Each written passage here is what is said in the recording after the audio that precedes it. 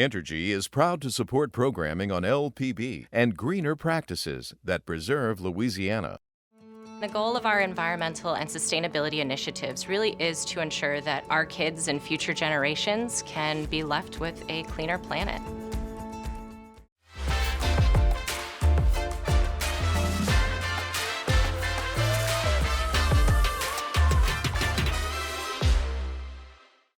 Additional support provided by the Fred B. and Ruth B. Ziegler Foundation and the Ziegler Art Museum located in Jennings City Hall. The museum focuses on emerging Louisiana artists and is an historical and cultural center for Southwest Louisiana. And the Foundation for Excellence in Louisiana Public Broadcasting, with support from viewers like you.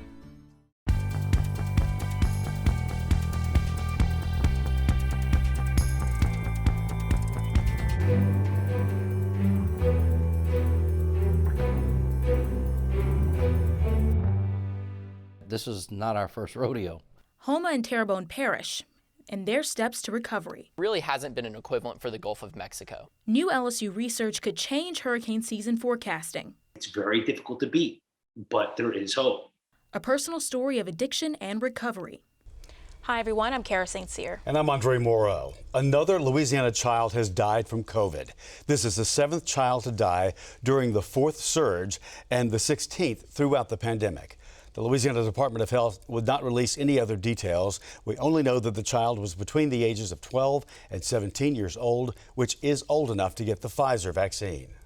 LDH's top medical official, Dr. Joseph Cantor, said, quote, "It's incumbent upon all of us to get the vaccine and wear a mask to protect ourselves and one another, including our children." Now, COVID cases and hospitalizations continue to drop. In the last 2 weeks, we've seen a 38% decrease in cases. Hospitalizations are also down 33%. Even so, the Department of Health reported 99 more deaths on Wednesday alone. And now to other news making headlines across the state.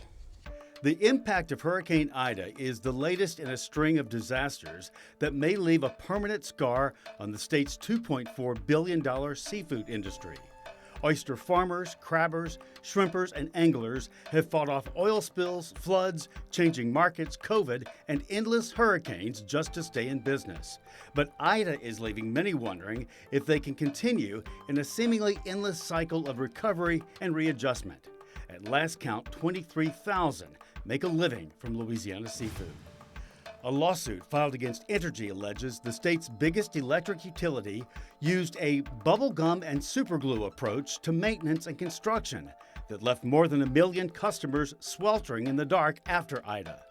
The lawsuit alleges before the storm, Entergy claimed its systems could withstand winds of up to 150 miles an hour, but that a number of studies have indicated otherwise. Entergy's website says there are still 22,000 users with power not restored. Ida's trail of destruction from Louisiana to the northeast U.S. could ironically finally help areas of southwestern Louisiana get recovery money they've long needed since Hurricane Laura a year ago. It's power and politics that could pave the way.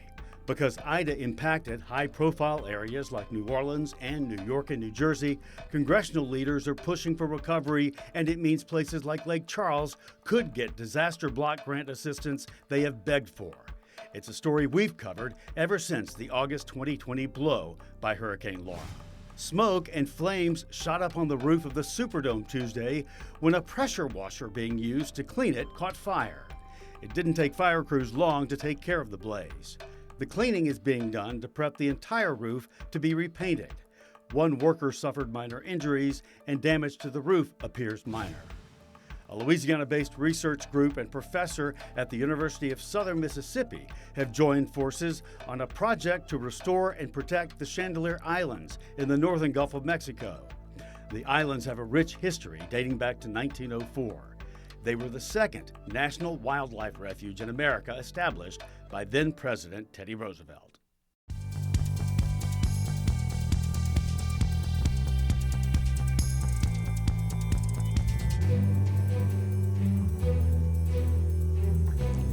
We are nearing a month since Hurricane Ida roared into the state, so it's been weeks for people hardest hit to try and digest what they now face.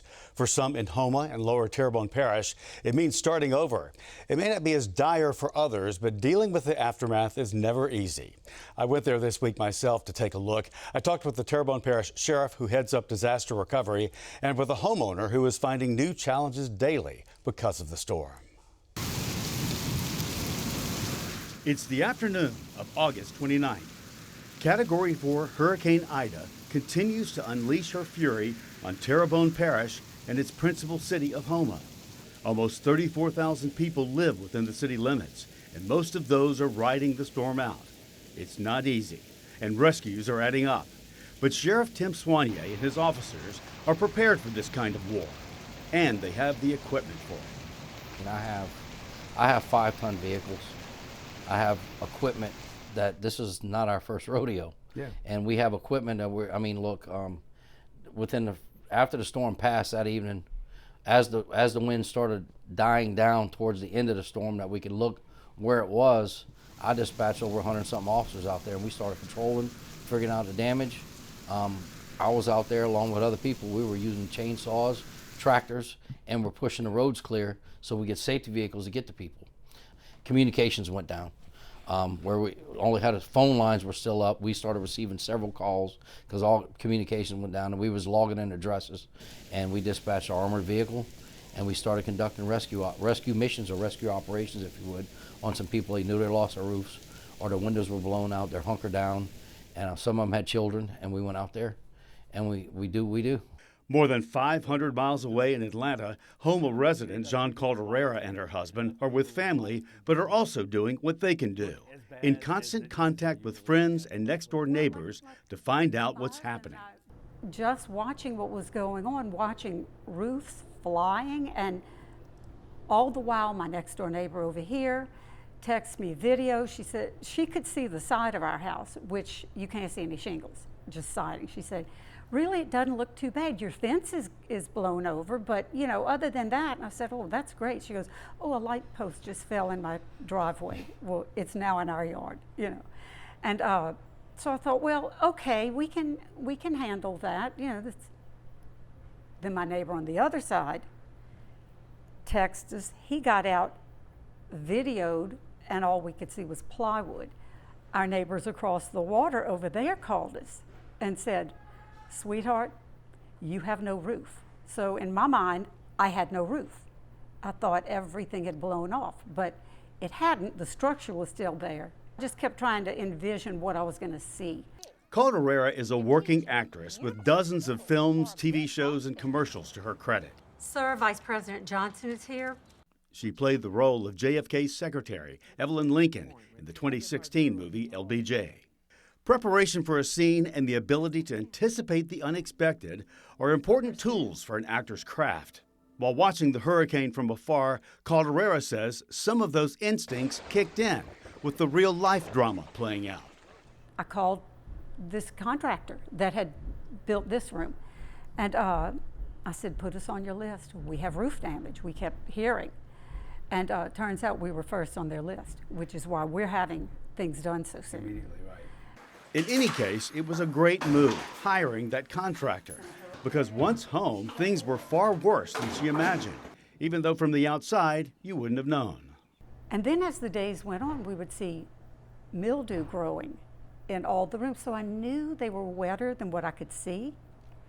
And when the contractor came in, they brought Service Master, who went through every room, and every room except one bathroom has to have the ceiling removed.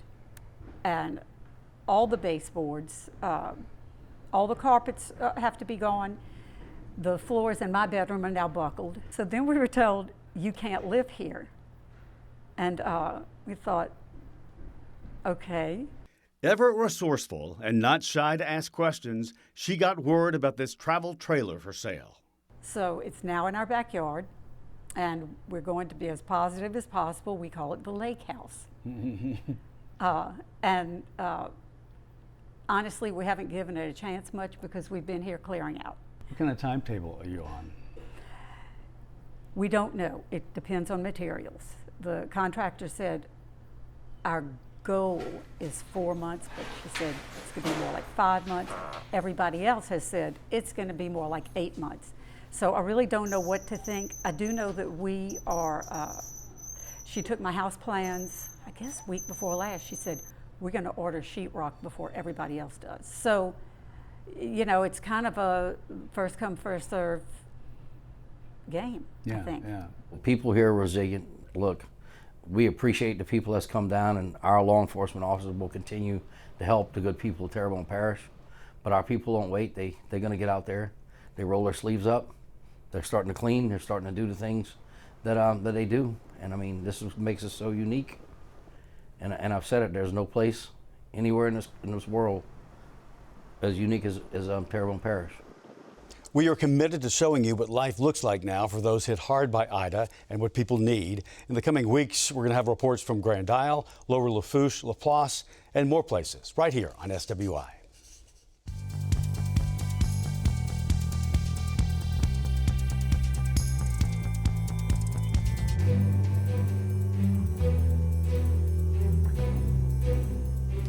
When a storm as big as Hurricane Ida hits Louisiana, the state is sent into a frenzy of panic. Debris removal and supply distribution become some of the state's top priorities, but some of these tasks can be complicated without power. Some environmental activists and disaster recovery organizations say that solar power might be a partial solution to the problem. Hurricane Ida is the 6th named storm to hit Louisiana in the past year. Many of these storms have brought historic destruction and slow recovery. Debris removal, supply distribution, and in many cases power outages are left in the storm's wake. The outages, there are tons of outages. I mean, I haven't seen it like this since Katrina. Oh yeah, if we just look at the Entergy map across Louisiana, there's almost 850,000 outages just for Entergy in Louisiana. Of course, we have other power service providers. Hurricane Ida left thousands without power for weeks after the storm made landfall. It took 16 days to get 90% of electricity back up. During that time, the Louisiana Department of Health reported that 9 people had died from excessive heat as a result of the outages. Now, nearly a month after Ida, people in Pointe-aux-Chenes, Louisiana are just seeing the light. The community's power was restored after 22 days. Josh Fox, an environmental activist and filmmaker, has been here documenting the recovery process. There's only 7 houses that are viable out of 40. And this is one of the places that's still standing, so people are coming here for supplies and stuff. Pointe-aux-Chenes community members have been managing storm recovery without assistance from FEMA. Power outages have been one of the biggest strains on the community members as they clear their own roads and organize essential food and supplies distribution. But a portable solar system has proven to be a light at the end of the tunnel. This is a SunKit solar generator. It takes energy from the sun and converts it into a power source that people can use after a disaster. The generator was hooked to the tribal center in Pointe-aux-Chenes, which made it the only building with power in the entire community. Will Heegert, the operations manager of the Footprint Project, an organization dedicated to deploying innovative approaches to energy, says solar power is the future of disaster relief. This mobile solar generator is basically an all-in-one solar battery system that can replace a 2 to 5 kilowatt gas generator. For like the layperson, that means it can power your fridge, your freezer, your cell phones, computers, basically small home appliances, medical appliances, some small air conditioners based on the size of the air conditioner and how long it's running. But for an aid donation site, that can be everything. Hegert's goal is to reduce the use of gas generators. If used incorrectly, generators can cause carbon monoxide poisoning, which is one of the leading causes of death during hurricane disasters in Louisiana. Almost a third of the 31 deaths during Hurricane Laura were caused by CO2 poisoning, while people waited for power restoration. 6 people have died from carbon monoxide poisoning in the wake of Ida. Fox says the country's current system of power distribution is partially to blame for these types of disasters. He says that using green methods are more efficient, not just for disaster relief, but for the environment. This is an antiquated system, a bad system. It's old. This is sticks and wires. They're going to blow down in the next storm. So what we're trying to do is build resilient power, right? Renewable energy is much more resilient. Solar microgrids are much more resilient. Solar power isn't a perfect system. Gregory Upton, an energy and environmental economics studies professor at LSU, says that solar power is an alternative to fossil fuels, but it still comes with a few cons. If you were to install solar on your house, you would have to first pay for the solar panels themselves. And then also during an outage situation, you're going to have a battery. Because if it doesn't have that battery, you're not going to obviously be able to use that electricity when the grid is down. The price for solar panels can run anywhere between $20,000 and $25,000, and that's not including the battery you would need during a power outage. But these organizations in Pointe-à-Chen don't think the system is perfect. They see it as a stepping stone to a greener future. This also has its problems. It's cleaner, right? It's not clean. There's not 100% sustainable anything yet. But if we can move that needle a little bit and hopefully, help larger disaster response institutions think about how to respond more sustainably to climate disasters, I hope we can move that needle. Both the Footprint Project and Posigen, a solar power supplier, stationed over 6 portable solar stations plus 12 additional stationary solar stations donated by Tesla in the hardest hit areas. Both organizations are working to bring renewable power to low-income families, as well as people struggling to rebuild after the storm. We need solar, we need wind, we need geothermal. We do. Gas has a place, oil has a place. We all have a place. We need to come together to figure this out because Louisiana is not resilient and Louisiana is going to get hit by more storms. Posigen is giving 50 families who are still without power batteries for their solar systems. They'll also be installing another 200 batteries in low-income areas throughout southeast Louisiana at no charge to the families.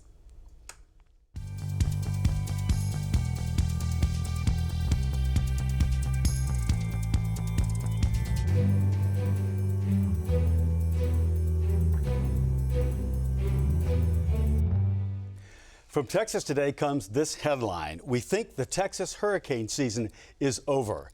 Now, this comes from a group called the Space City Weather that's reporting it. In Louisiana, along the northern Gulf Coast, yes, we have a break in the weather, our first fall weather of, it seems like forever. But I don't think we're ready to predict hurricane season being over, not with what we've endured the past year and a half. LSU meteorologist Dr. Paul Miller is here right now. You can talk about that, but we're having you here really to talk about this thing you've come up with about determining forecasts for the Gulf of Mexico and hurricanes that come to us. Welcome. Yeah, thanks for having me, Andre. I wouldn't say we're ready to make that specific call for Louisiana just yet. But really, the tool that we've developed will hopefully in the future allow us to make such predictions. So we kind of all hear about these Atlantic hurricane season forecasts, but there really hasn't been an equivalent for the Gulf of Mexico. Right, it's fascinating. We talk about the Atlantic Basin. That's where we get our forecast from every year. But it's different. The atmosphere is different in the Gulf, you're saying. Yeah, so the Gulf is different than the broader Atlantic, right? Our sea surface temperatures can heat up a little bit quicker. We tend to have storms a little bit earlier in the season. We think of Claudette as one example from this year, Cristobal last year. Those are June storms. That's a little bit early compared to the rest of the Atlantic. And so we just have some different conditions. Ida is a great example of where a storm ramped up really quickly. And so there's some different considerations within the Gulf of Mexico compared to the broader Atlantic. So your study says that looking at some of the atmospheric conditions in the spring can determine what's going to happen in the fall. You have to explain that to us. Yeah, it's a little counterintuitive. So a lot of hurricane predictions rely upon sea surface temperature. That's something that we hear pretty regularly. But what we found is that some of those same metrics that go into the Atlantic season hurricane forecast don't really equate well to the Gulf of Mexico. What we realized once we kind of took about 4 decades worth of data and analyzed it and compared, some of these atmospheric averages to how many tropical storms and hurricanes ended up forming was that actually the temperature about 20,000 feet above our heads during the hurricane season corresponded quite well to the number of storms that came through the Gulf of Mexico that year. Is that what pushed you toward this research, is that you just didn't think the studies and the numbers of storms were lining up for us, perhaps? Yeah, well, it's kind of this ambiguity, that when you hear that, the Atlantic's going to have an above average hurricane season. Yeah, it's a different area than here. Yeah, and some of those storms never even hit land. Now, it's really hard to have a storm in the Gulf of Mexico that doesn't hit land, as we know in Louisiana quite well. Unfortunately. And so there's this kind of ambiguity where we felt like we could really add some granularity to these hurricane season forecasts by looking specifically in the Gulf of Mexico. So what do you expect this to do going forward, for us to look at this and take some stock in it. Well, Andre, people ask me all the time, especially after Ida, Paul, are we done yet? Is this the last one? And really, up until now, we haven't had the tools to really address that question or really answer it with any certainty. So what a forecast like this can do is actually add some knowledge to that. We can say, well, we're predicting 6 storms and Ida was only the 4th one, so we could probably expect a few more. Or we can say, well, actually this was about as many as we had predicted, so hopefully the rest of the season's a little quieter. So when we see that Atlantic Basin prediction for the year and they say 15, 16, 17 storms, will there be a separate one for the Gulf of Mexico then going forward, perhaps? Well, that's our hope. When we were developing this system, one of the things that we really paid a lot of attention to was making it simple, basic, and easy to replicate moving forward. The atmospheric science literature, there's plenty of research efforts that have tried to make these seasonal hurricane forecasts, but a lot of times they can be really complicated and people just don't ever keep doing them. We wanted this to be the kind of thing that next summer or late spring that you could see a headline that LSU is calling for a near average Gulf of Mexico hurricane season. And it's your baby. It's something you helped develop. Well, it's something that I helped with. I have a collaborator in the Department of Geography who's helped me with it, Jill Trepanier. One thing that we've seen this year is that the storms ramped up quickly, and in New Orleans, for example, didn't feel they had the time to even put evacuation orders in place. Would this help in any way, or is that just an anomaly that we're seeing now? Well, as we saw with Ida, like you said, that storm kind of went from 0 to 60 really quickly. Even Nicholas became a short-lived hurricane right before landfall in Texas. And so our goal is to really extend the lead time as much as possible. Even though it may not help us identify specific rapidly intensifying storms once they've existed, we can have a feel for, on the season scale, what that activity is going to look like. Dr. Paul Miller, we had a few years off, it seemed, from major hurricanes, but boy, the past year and a half, we have gotten it big time, and we could use a break again, or at least know better what the forecast would be. So thanks so much for this information, and we had just reported it last week, and great to have you right here with us today to tell us more about it. Yeah, thanks for having me, Andre.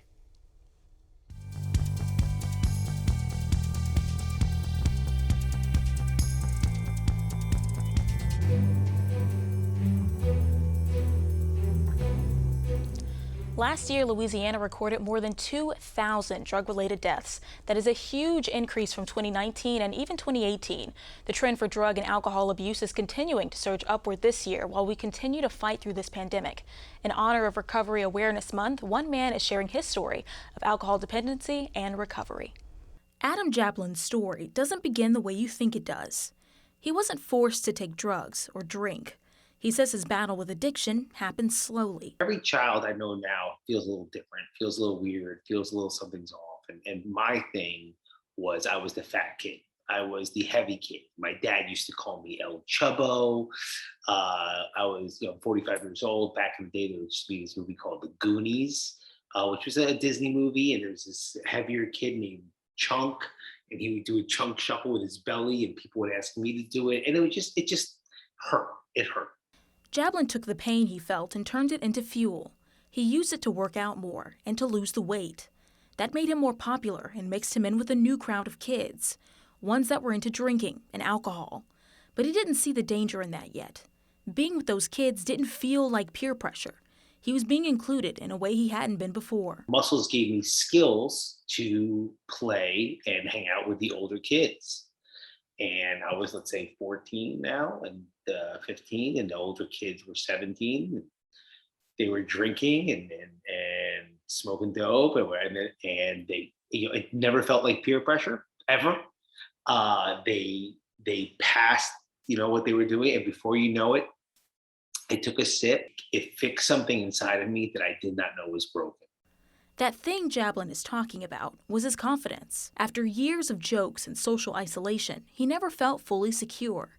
But when he drank, that self-consciousness melted away. After that first high, Jablin was hooked. He chased that feeling for 15 years. All of a sudden, Superman showed up, and that fat kid, that class clown that's always worried about what you're thinking about him and want to make you not tease me and want your approval, this confident guy showed up. In Louisiana, we have lots of cases like Jablin's. The cause of the addiction may be different, But the disease still exists. In 2018, 1,140 overdose deaths were reported. In 2019 to 2020, the deaths jumped 50 to 75%. Most of them were opioid-related. The Louisiana Department of Health links a lot of these cases to the pandemic. When an addict is isolated, it's easier to relapse. Before Jablin could get clean, he'd suffer through a cycle of ups and downs. His lifeline ended up being his daughter. I walked into an intervention. And so that really was not me saying I need help. That was everybody else that loved me so much saying, you need help. The thing that I would say really was my driving force, because at the time I wouldn't do it for me. I really wouldn't. I didn't think I was worth it. But I had a 6-month-old daughter.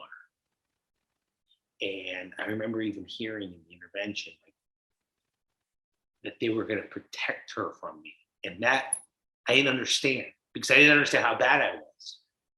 Now, because I was living in my own version of I'm the best dad. But you forget when you were drunk on tequila and you were giving your little girl a bath and you almost slipped down the steps with her. That's what they mean. That was Jablin's cue to make a change. It wasn't easy, but he was able to find the root of his addiction and work his way up. Today, his message is simple.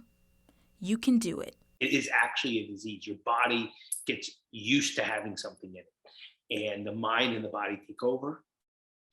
And it's very difficult to beat, but there is hope.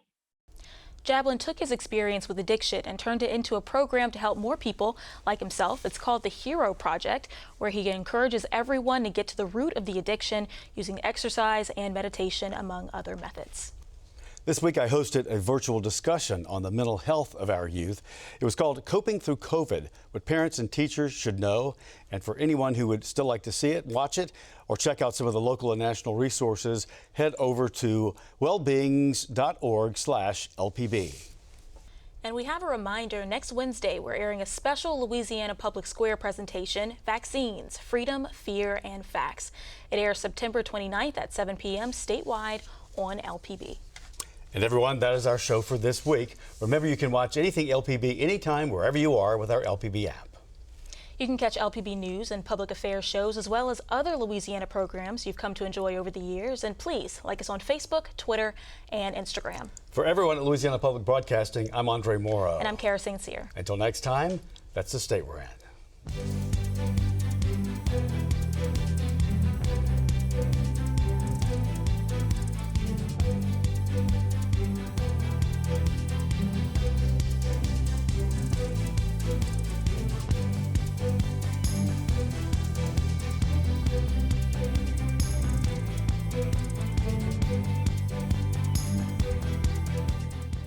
Entergy is proud to support programming on LPB and greener practices that preserve Louisiana.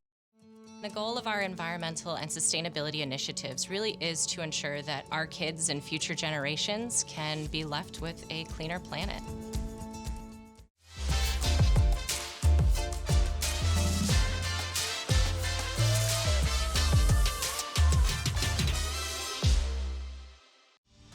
Additional support provided by the Fred B. and Ruth B. Ziegler Foundation and the Ziegler Art Museum located in Jennings City Hall.